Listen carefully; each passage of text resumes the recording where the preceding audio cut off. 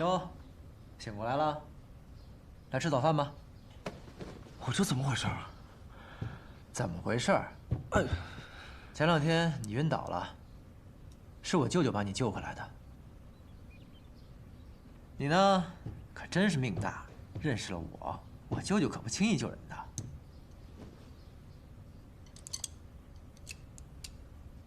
咦，这小东西怎么还在啊？ 喂！哎呦！哎呀！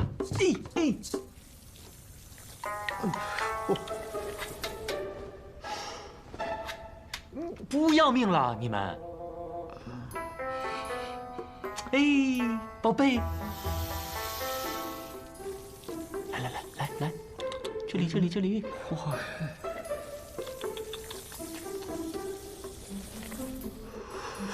哎呦，乖，舅舅，乖，这可有点恶心了。就是这些恶心的东西救了他的命。这，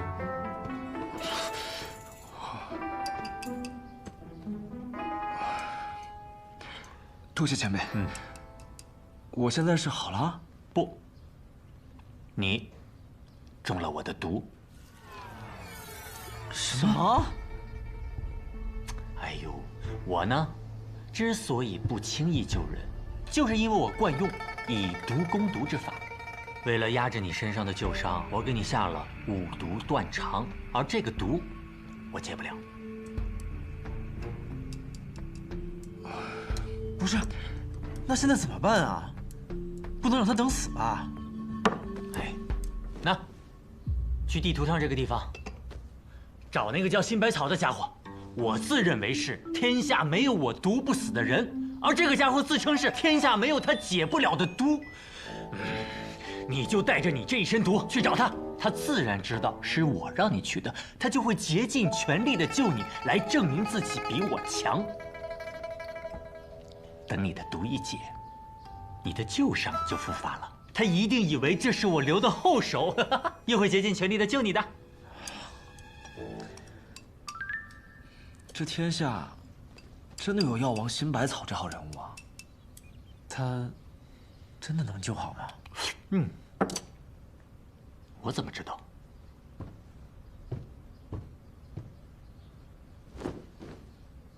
我是下毒的人，我又不是大夫。快走吧，你还有10日的时间。10日？10日之后5毒断肠就发作了，不到2个时辰就死透了，先从肠子开始烂起，很刺激的。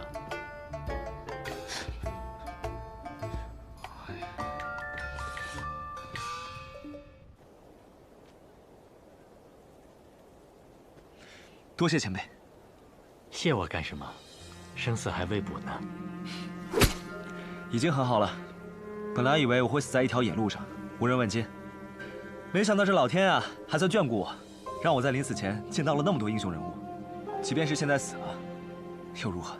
哎，孙顾长风，我舅舅可是费了9牛2虎之力把你从鬼门关里拉出来的，别整天死不死的，你给我好好活着，到时候我们在江湖里再次相遇。你说的对，我要好好活着。1匹马，1杆枪，1壶酒，做个逍逍遥遥的江湖浪客。你也是，你要去更远的地方，看更多的江湖，完成你和你那喜欢的姑娘的约定。必然。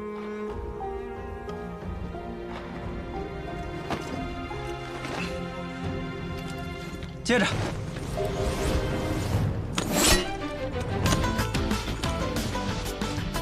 再会，再会。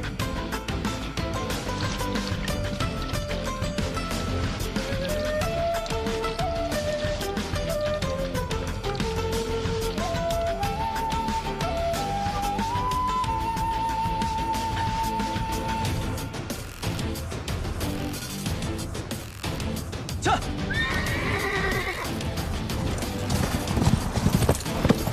千万别死了，司顾长风！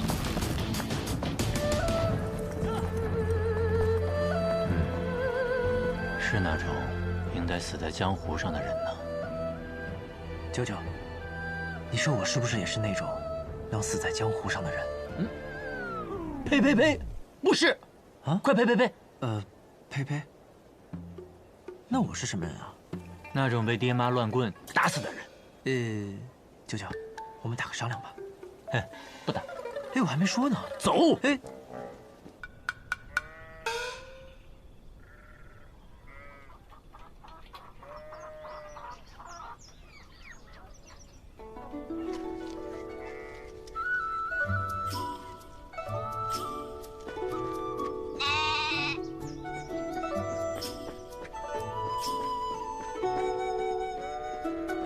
小凡，吃午饭了。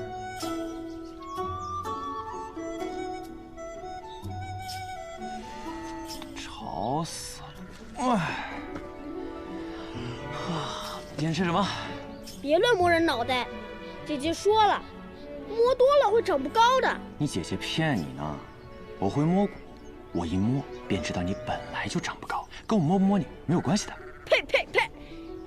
再这么说，你今天的大白馒头可归我了。你天天这样睡，也不知道找个正经行当来做，你这样以后会娶不到媳妇儿的。你小小年纪怎么说起话来像母亲一样？一份正经行当就这么重要吗？当然重要了。好吧，都听你的。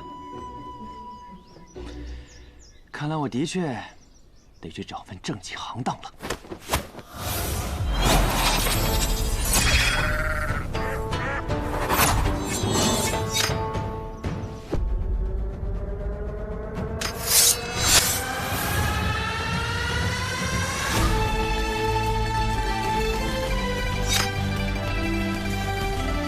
只是这份行当，怕是在村中做不了，也是到了该离开的时候了。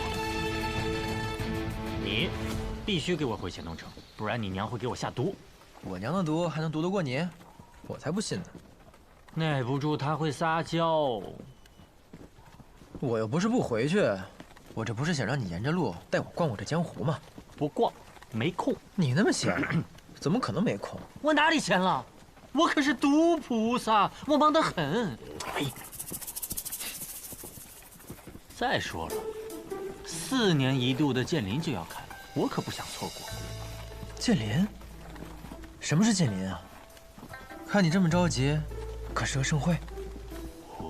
整个江湖的剑客，磨剑4年，就在等待剑林开启。你说是不是个盛会？哈哈。舅舅，你最疼我了，对我最好了，我给你酿酒喝。嗯，去，少来这套。我问你啊，你娘有没有教你什么武功？没有，但我娘找了个师傅，教我习拳。哎呀！哎，好了，回来。什么师傅啊？叫什么王八？对，这名挺有趣的。哦，一拳定山王霸天啊！对，就是他。那是个了不起的人物啊。是啊，我娘也觉得他定能把我教出来。我觉得他老人家辛苦呀，于是呢，我就请他喝了顿酒。他说他这辈子都没喝过这么好喝的酒。那我就说，只要不习拳，天天都有这样的酒喝。所以啊，才3日，我娘就把他赶走了。哎呦喂，那还有没有别的？后面我娘就觉得找男的教我不靠谱，换了个女师傅。啊，这女师傅那叫一个美呀，名字我还记得呢，苏木青。苏姑娘，是很漂亮的。人不仅漂亮，教我也是认真的很，足足教了我3日。不过也好，就教了3日。为何？因为我爹自从苏姑娘来了以后，每天都往我的后院里跑，也足足跑了3日。哎呦，结果可想而知。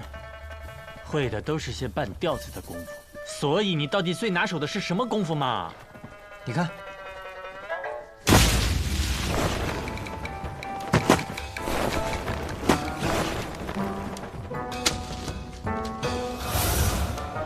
怎么样？哼，连你都嫌弃吧？走。哎，舅舅，你这是要去哪儿啊？回黔东城啊，那条路近。你别闹了。我那招不厉害吗？这不就是你父亲的轻功三飞猫吗？什么叫三飞猫啊？我这叫三飞燕。你可别小看我这招啊，逃跑最厉害了。哼，哎呀，别啊，舅舅。之前是我年少不更事，但现在我洗心革面了。我发誓，这次是真的。我承认，之前我的确不喜欢习武。一来呢，是觉得打打杀杀没意思；二来你也知道，叶将军和云哥死了，爷爷不希望我走上叶家的老路。但是我这2天看到了北离八公子，看到了那血淋淋的刀光剑影，我就不禁问自己：如果我的兄弟遇到了那样的事儿，我能守护他吗？我能像北离八公子一样，拔出武器，与他并肩作战吗？舅舅，江湖上，你最钦佩的人是谁？那自然是李先生。哪个李先生？这江湖提起李先生，说的就是那一个人——一剑飞仙李先生。那一年我19岁，有幸在天启城亲眼目睹了那来自天外飞来的一剑。从男爵来的5名绝顶剑客下战书挑战李先生，他们想用车轮战，而李先生却只用了1剑。也就是从那天起，男爵人再也不敢在北离面前言剑。那一年的5榜首甲自然也是李先生，但是李先生把5榜给撕掉了。哈哈哈哈哈哈哈！世俗5榜也配评价折世仙人。这么潇洒呀，难怪说北离西剑，男爵练刀，原来是不肯练剑了。身为北离人，哪有不练剑的呀？我年轻的时候也练过剑。你还练剑？你不是练毒吗？我在剑上抹毒。干嘛？有意见？没有。唉，好，那我决定了，我要练剑。你练剑？你有剑吗？你就练剑？剑林剑林，能没剑吗？哦，好啊，原来在这儿等着我呢。哎，小百里啊，行，是时候给你弄一把好剑了。真的，舅舅？我宣布，舅舅，你在我心中的地位已经超越我爹了。哦，你爹本来就没什么地位，倒也不至于。上马赶路，去！去！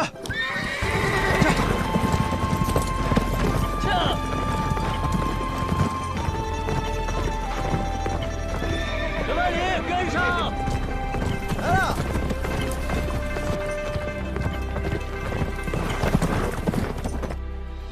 怎么，不是你说让我去找个正经行当来做？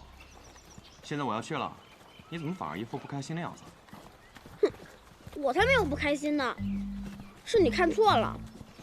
也是，你是个有本事的人，可以去城里谋个武官做，就能顿顿吃白面。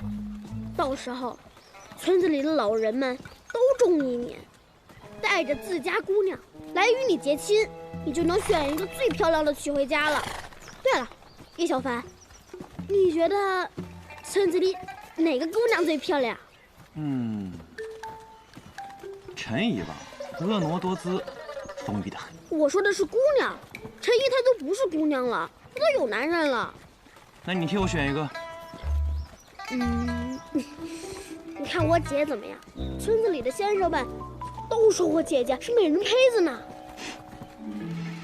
你知道美人胚子什么意思吗？什么意思？所谓的美人胚子，是指现在还不是美人。啊？更何况，我已经有婚约了。哦，什么？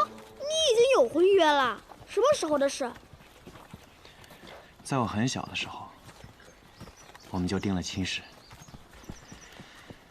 只是如今，已到了成婚的岁数，我还流荡在外，也不知他是否心有所属了。那你怎么不去找他？会找的，在我做到我一定要做的事情之后。很快了。行了，就送到这儿吧。叶小凡，虽然你是去附近的大城，可是你毕竟不住在这儿了，还是应该和大家吃个饭，告个别吧。我不去附近的大城啊。不去附近的大城，那你去哪儿？我要先去一个我向往已久的地方取一个东西，之后我再去一个我一定要去的地方。一定要去的地方，那是哪里啊？千里之外，名叫天启。天启，那不是我们北离的大都城吗？很远很远的，我才只在书上看见过。叶小凡，你去那里干嘛呀？去天启，自然是要做大事喽。或许还能见到一个许久未见的朋友，和他。叶小凡，你发什么呆啊？这样吧，以后别叫我叶小凡，就叫我叶鼎之。叶鼎之？为什么你要叫叶鼎之？因为我要剑荡江湖，问鼎天启。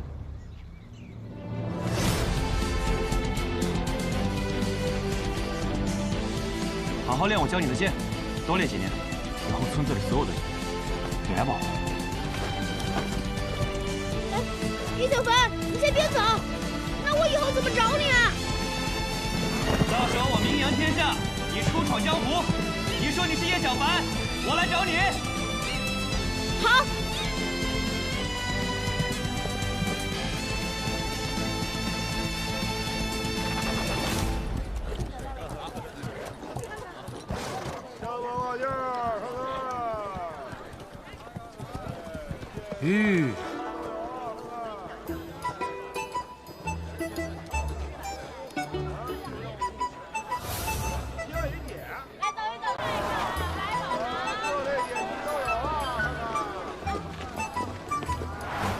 真不愧是神剑阵啊，人皆有剑。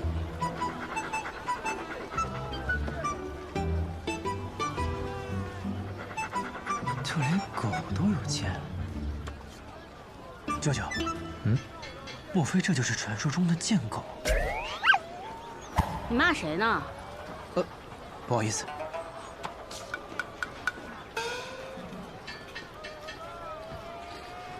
剑狗？舅舅，我还没听你说过，到底什么是剑林呢？剑林，顾名思义就是巨剑成林。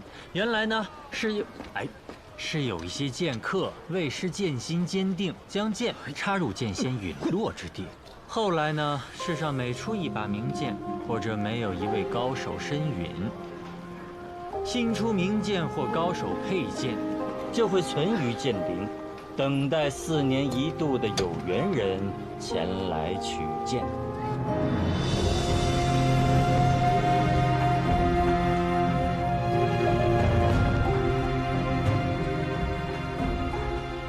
这个人怎么这么眼熟？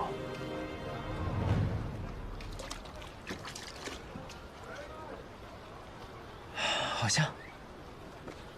老板，哎，这是什么酒啊？剑酒。来到剑林，怎么能不尝尝剑酒呢？剑酒。老板，满上。得嘞。哎，小白脸，你总是给我介绍你那些师傅，怎么也不见你给我介绍介绍你的酿酒师傅？酿酒哪需要师傅啊？这是天赋，懂吗？来喽，客官，您的酒，慢用。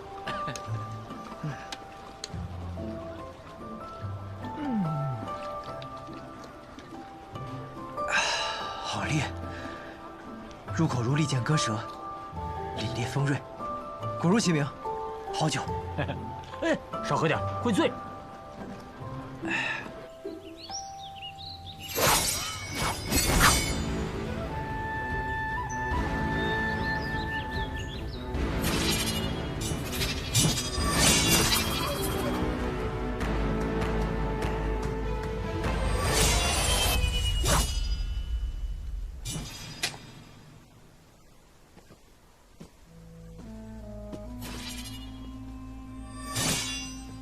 舅舅，你说咱们都走了这么久了，这山林怎么连个尽头都没有啊？怎么还起雾了？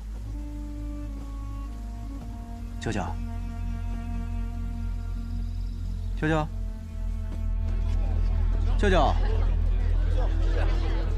舅舅，这是奇门遁甲之术。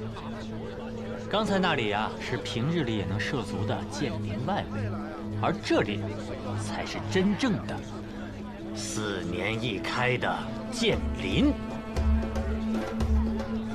好壮观啊！世上呢有2个铸剑大派，一是剑心种，二是名剑山庄。看来今年是名剑山庄坐庄啊。说起来，你跟剑心种还有8千里外的交集呢。什么交集啊？我怎么不知道啊？雷梦莎，她娶的可是剑心种种主李素王的女儿，星剑传人李新月。这江湖说大也大，说小可真小啊。既然诸位来此，都是为了取剑，那魏某也不想多说废话了。仙乐，起！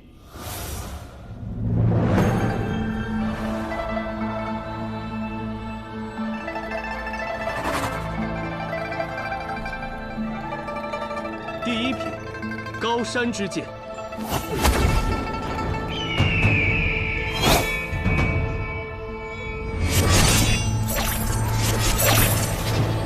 诸位，请吧。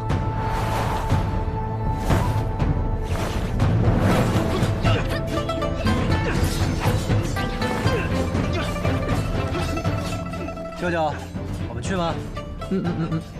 先不。剑它分4品，第1品高山，高山仰止，乃是凡剑不能企及之处。第2品沧海，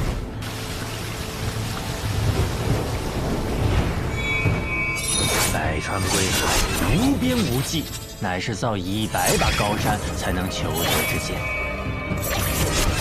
沧海剑，诸位，请吧。第3品云天，沧海之上9天凌云，傲视万物，乃是万中取一的存在。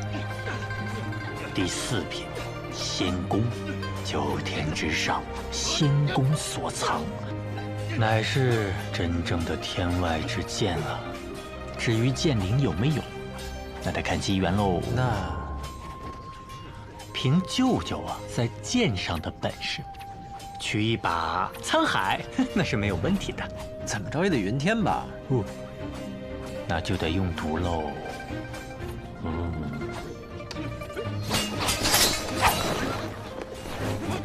有没有看中的？我只知道沧海之上更有云天，云天之上更有仙宫，我自然是要最好的，不然怎么名扬天下？说得好。你是哪个？望城山，王一行。哦，吕素贞的弟子啊。且不说他说的好不好，就他这副妄图一步登天的野心，要为难死的舅舅哟。哎，魏先生，恕我直言，这剑还是要自己取的好。我说老哥，你说什么？让谁取剑啊？我是说，这剑还是你自己取的好。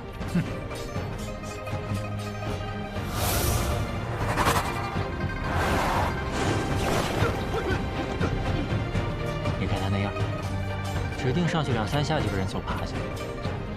难不成这一次真的要空手而归？温先生不必着急，我倒是觉得这位小公子或许能获得一柄好剑。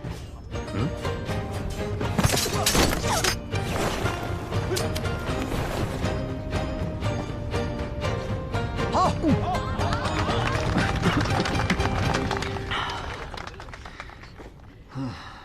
你小子不会喝醉了吧？高山、沧海，皆已有归主。接下来这柄剑，乃是云天品宝剑，我命它为火神。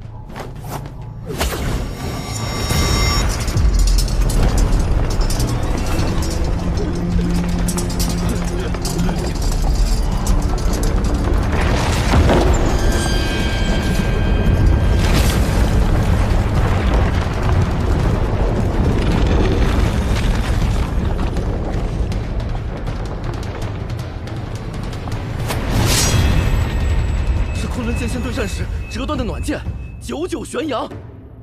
准确的说，是脱胎于久久悬阳。本是先恭贺，奈何落九天，浪费了。我来，来！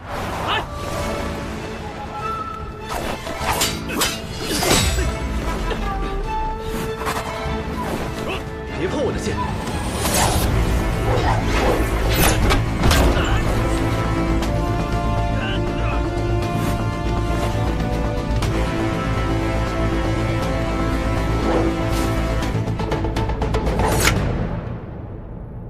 你不是说浪费了吗？表里不一。那要看剑在谁手里。剑本无品，用剑者正直。这剑怎么会飞？这是望城山的御剑术，不仅是剑术，也蕴含着望城山的秘法。小小年纪这样的修为，应该是望城山本代弟子的魁首啊！哎，我看你是真醉了吧？这是剑酒，跟一般的酒不一样的。望城山山主吕素贞座下手徒王一行前来取剑。诸位，唯一一把云天，无双城不来取，难道？哼！小生我无异于更高品级的剑，这柄正适合我回去送给小师弟。诸位，承让了。他刚才说了，最高品级的剑。是啊，无双城还没动，这次真的有。第4品，仙宫之剑，乃天外飞来，还请仙人赐剑。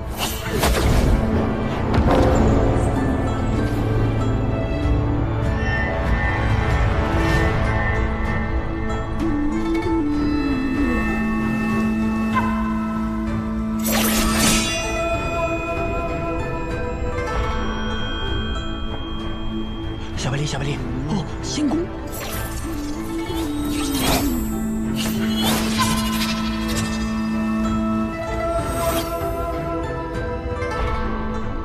好像。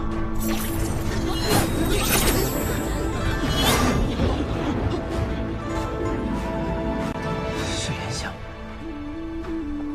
此剑为我所造，我称它为不染尘。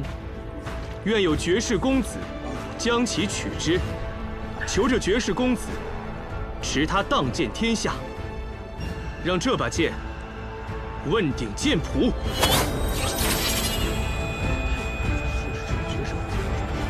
主将好，此剑我要定了。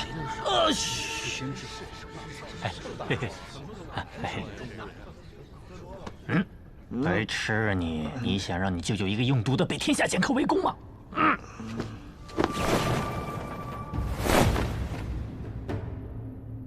无双城宋彦回特来求见，谁来赐教？谁敢跟无双城抢东西？我。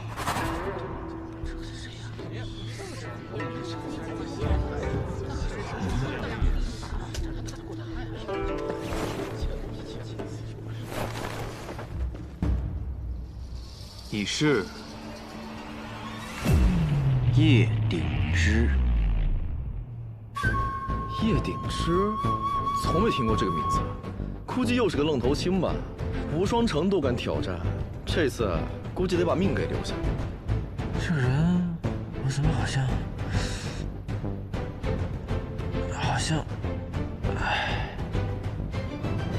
怎么也记不起来了呢？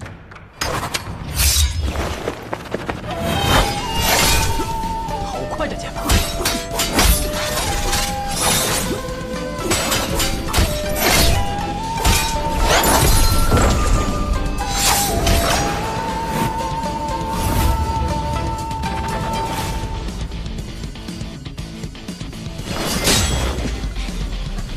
天生剑法，果然不错，但我更强。这个，他们厉害吗？目前展露出来的都是金刚凡境修为，不同的是，无双城这一位已经黔驴技穷，而这位叶鼎之可未尽全力啊！小小年纪能有此修为，不易呀。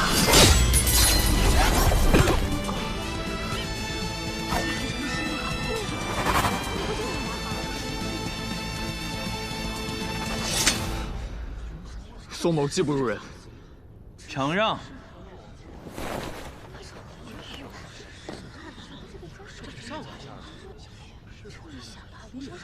且慢！小白李，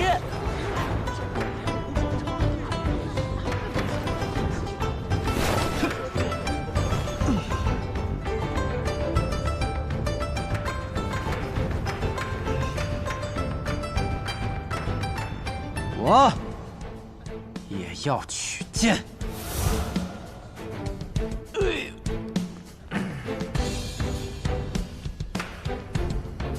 敢问阁下是？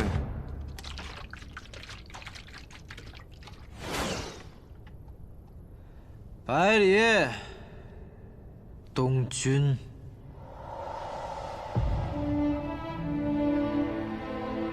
百里东君，我们认识吗？不认识。那你不是要取剑吗？那你的剑呢？我的，对啊。小公子，见见你。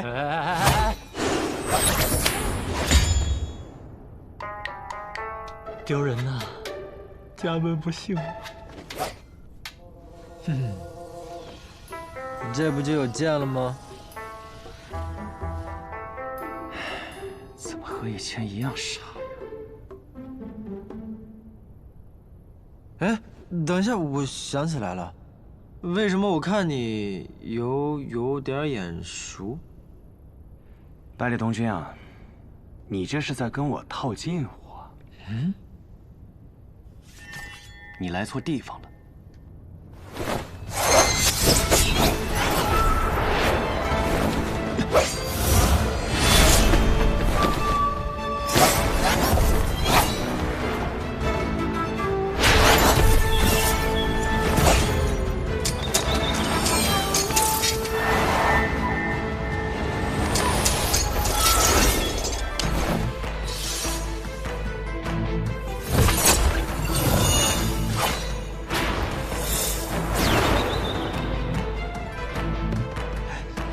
厉害啊！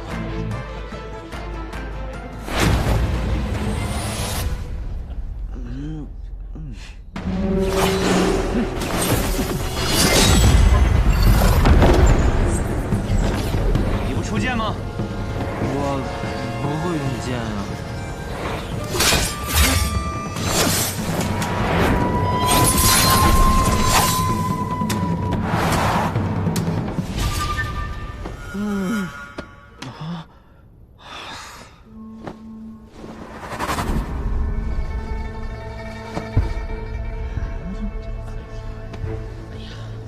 小兄弟，下来吧，别打了。就是啊。别受伤了，别打了。看起来你不是我的对手。这傻小子，一定和当年一样，练我的时候偷了懒。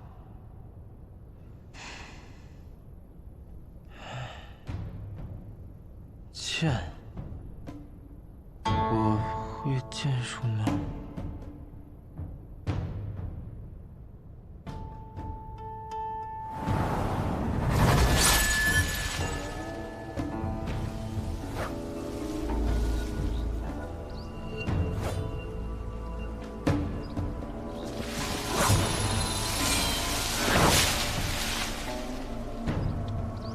师傅，这又是您的幻术吗？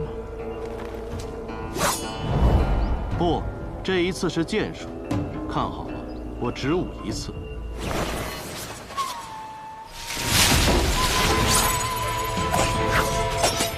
我有一剑，能称绝世。何为绝世？天上地下，过往明天，再无此一人，再无此一剑。若再有此人，再有此剑，当幸百里。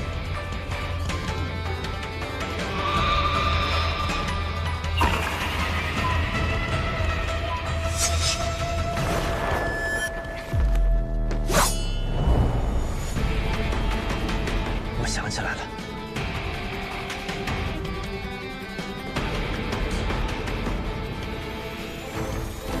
我会剑术。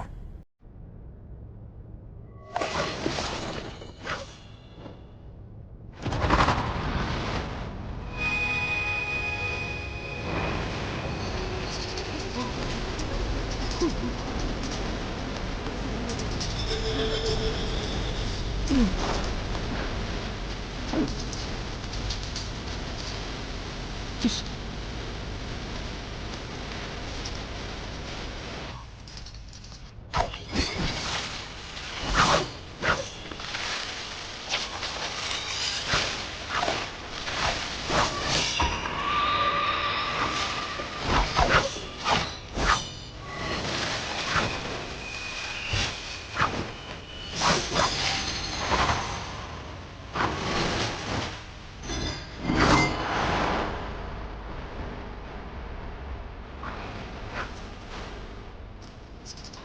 西楚剑阁，这还真是西楚剑阁，不愧是传说中的剑法，能够如此潇洒写意。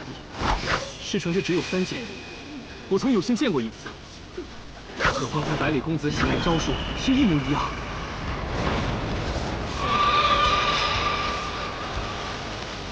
可是他用的是完整的剑招。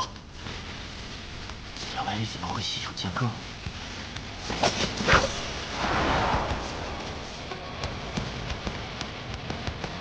我想起来了，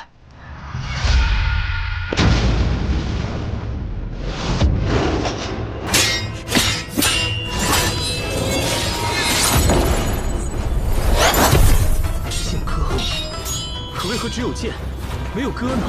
可惜唱歌的人已经死了，世间便只剩下这一剑，问道于天。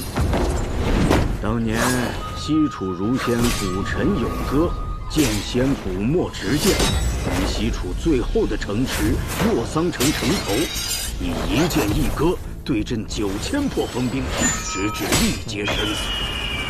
最后洛桑城破，西楚亡国，这套完整的剑法，自然也就失传了。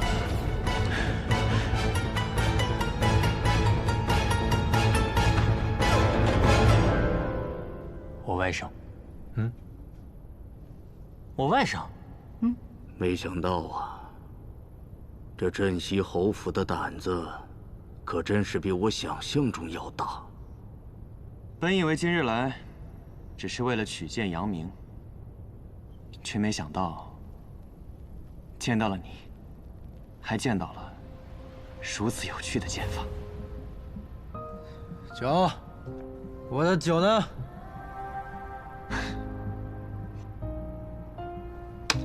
接着，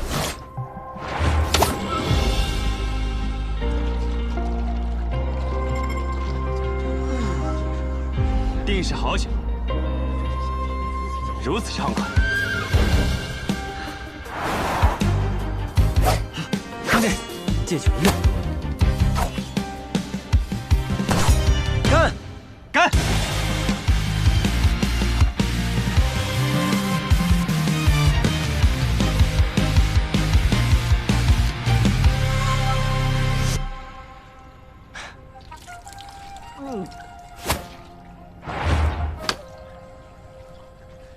痛快！成剑99天，竟然还真有歌呀！茫茫去不还，自歌云霄里，奏饮3万坛。仙人在我心中，今日只吟至此处。